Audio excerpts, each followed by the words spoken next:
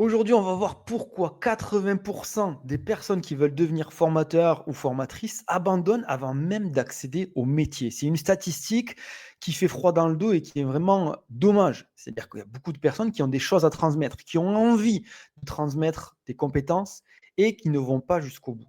On va voir aujourd'hui pourquoi et on va voir aujourd'hui comment faire justement pour accéder à ce métier, y accéder de la meilleure des manières et avoir une activité de formation, bien sûr, rentable. Sinon, ça ne sert à rien. Donc déjà, la première chose que l'on va voir aujourd'hui, hop, c'est ici, c'est que les personnes, la plupart des personnes, elles ne vont pas dans ce métier, pas parce qu'elles n'ont pas assez de compétences. La plupart ont des compétences métier, une compétence sur plusieurs domaines d'activité d'ailleurs, pas parce que c'est trop dur, parce que atteindre l'activité de formation, franchement, c'est pas dur. Il y a, oui, être astronaute, c'est dur. Oui, il y a des métiers comme dentiste, chirurgien, etc., qui nécessitent beaucoup de temps, d'efforts. Ça, c'est compliqué, c'est dur, c'est long.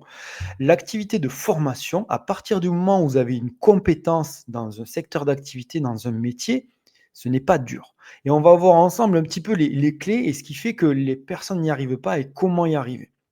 Donc, la première chose, la raison principale pour laquelle les personnes n'atteignent pas cet objectif, c'est ce qu'on appelle le défocus. C'est ce qu'on appelle en français ne pas être focalisé sur un objectif et aller jusqu'au bout de cet objectif. Et c'est ça qui est dommage, c'est que la plupart ont un objectif, le fait de devenir formateur, formatrice, et au bout d'un moment, ils pensent à autre chose, ils ne vont pas jusqu'au bout et ça n'aboutit pas. Et ça, c'est ce qu'on appelle le syndrome de l'objet brillant. Vous allez voir si vous vous reconnaissez là-dedans, dans cet élément-là. C'est le fait de ne pas avoir un point et de se dire, OK, je ne fais pas autre chose tant que je n'ai pas atteint mon objectif qui est ce point, on va dire final ou point intermédiaire. Et ça, c'est normal. Le cerveau humain adore la nouveauté. C'est ce qui fait qu'on est tous un petit peu et qu'on a tous ce syndrome de l'objet brillant qui fait que, eh bien, on change d'objectif. Oh, j'ai du mal à parler. On change d'objectif avant même d'avoir construit quelque chose de solide pour l'atteindre. Donc, dans le milieu de la formation, si vous voulez être formateur ou formatrice, l'idée, c'est juste d'avoir un objectif et de s'y tenir, de s'empêcher un petit peu d'avoir ce fichu syndrome de l'objet brillant. La réalité, moi, c'est que j'ai accompagné plus de 150 entrepreneurs. Enfin, alors à la base, c'était pas d'ailleurs tous des entrepreneurs, c'était soit des personnes en reconversion professionnelle, soit des personnes qui avaient déjà une entreprise et qui voulaient mettre l'activité de formation dans leur entreprise. Donc voilà, j'ai ces deux types de personnes que j'ai accompagnées. Et ces personnes-là voulaient devenir vraiment formateurs, formatrices avec Calliope. Calliope, vous connaissez tous les avantages, le fait qu'on peut former, que les personnes peuvent utiliser des enveloppes disponibles en France pour se former sans avoir à payer forcément de leur poche. Et la différence entre ceux qui ont abandonné avant l'heure et ceux que j'ai accompagnés, ces 150 personnes, c'est pas forcément que les 105 sur les 150, c'était pas les plus intelligents du monde, c'était pas les plus créatifs, mais par contre, ils sont restés focalisés. Ils sont restés focalisés sur un objectif, devenir formateur, et un deuxième objectif, avoir une activité de formation rentable. Et c'est ça l'idée. L'idée, c'est de se dire, tiens, je vais faire appel à quelqu'un qui va m'aider, qui va me mettre sur des rails, et quand je serai sur ces rails, il va me tenir par la main et m'accompagner jusqu'à mon objectif. C'est ça l'idée. C'est imaginez-vous une roue, mais quand on a le syndrome de l'objet brillant, à chaque fois on doit donner un élan à cette roue pour qu'elle roule. Là non, là dans la roue, on est obligé, enfin, quand on est focalisé, on a l'inertie de la roue qui fait qu'elle continue à rouler et quelqu'un vient vous aider, donc vient tirer un petit peu cette roue pour l'aider à avancer plus vite. Donc c'est ça un petit peu la métaphore quand on veut se faire aider.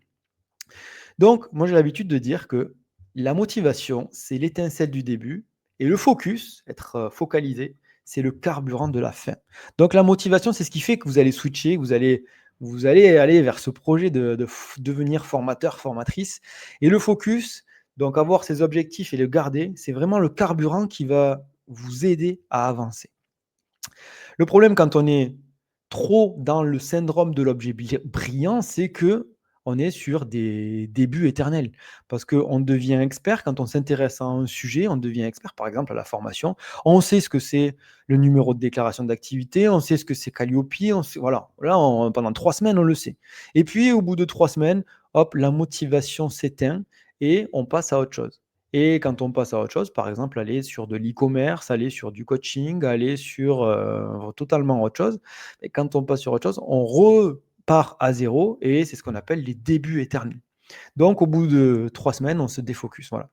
Demandez-vous si c'est quelque chose qui vous est déjà arrivé ou si c'est quelque chose qui vous arrive souvent. Malheureusement, je le vois, moi, en tout cas, avec les personnes, pas les personnes que j'accompagne, parce que les personnes que j'accompagne ont été jusqu'au bout, mais celles que, ben, on n'a pas accompagnées, donc qui sont passées sur autre chose et on voit que malheureusement, il n'y a pas eu de focus, donc de points d'objectifs qui ont été fixés. Si devenir formateur ou formatrice est quelque chose qui vous intéresse, n'hésitez pas, sur le retour de la vidéo, il y a un lien pour prendre un rendez-vous avec moi, un petit rendez-vous. On va pas vous manger. Ce rendez-vous, en fait, il sert à voir une chose, c'est si vous avez une expertise dans un domaine d'activité et si c'est reconnu dans le milieu de la formation. On va voir ces éléments-là. Si c'est reconnu, s'il y a des formations que l'on peut délivrer avec votre domaine de compétences, eh bien, on vous aidera et on vous donnera le plan d'action. D'accord? Et on verra si on peut vous aider en tout cas ou pas. Donc, vous pouvez prendre un rendez-vous autour de cette vidéo et je me ferai un plaisir de voir si vous faites partie de la team Objet Brillant ou de la team J'ai un objectif, je vais jusqu'au bout, je me fais accompagner et j'y arrive.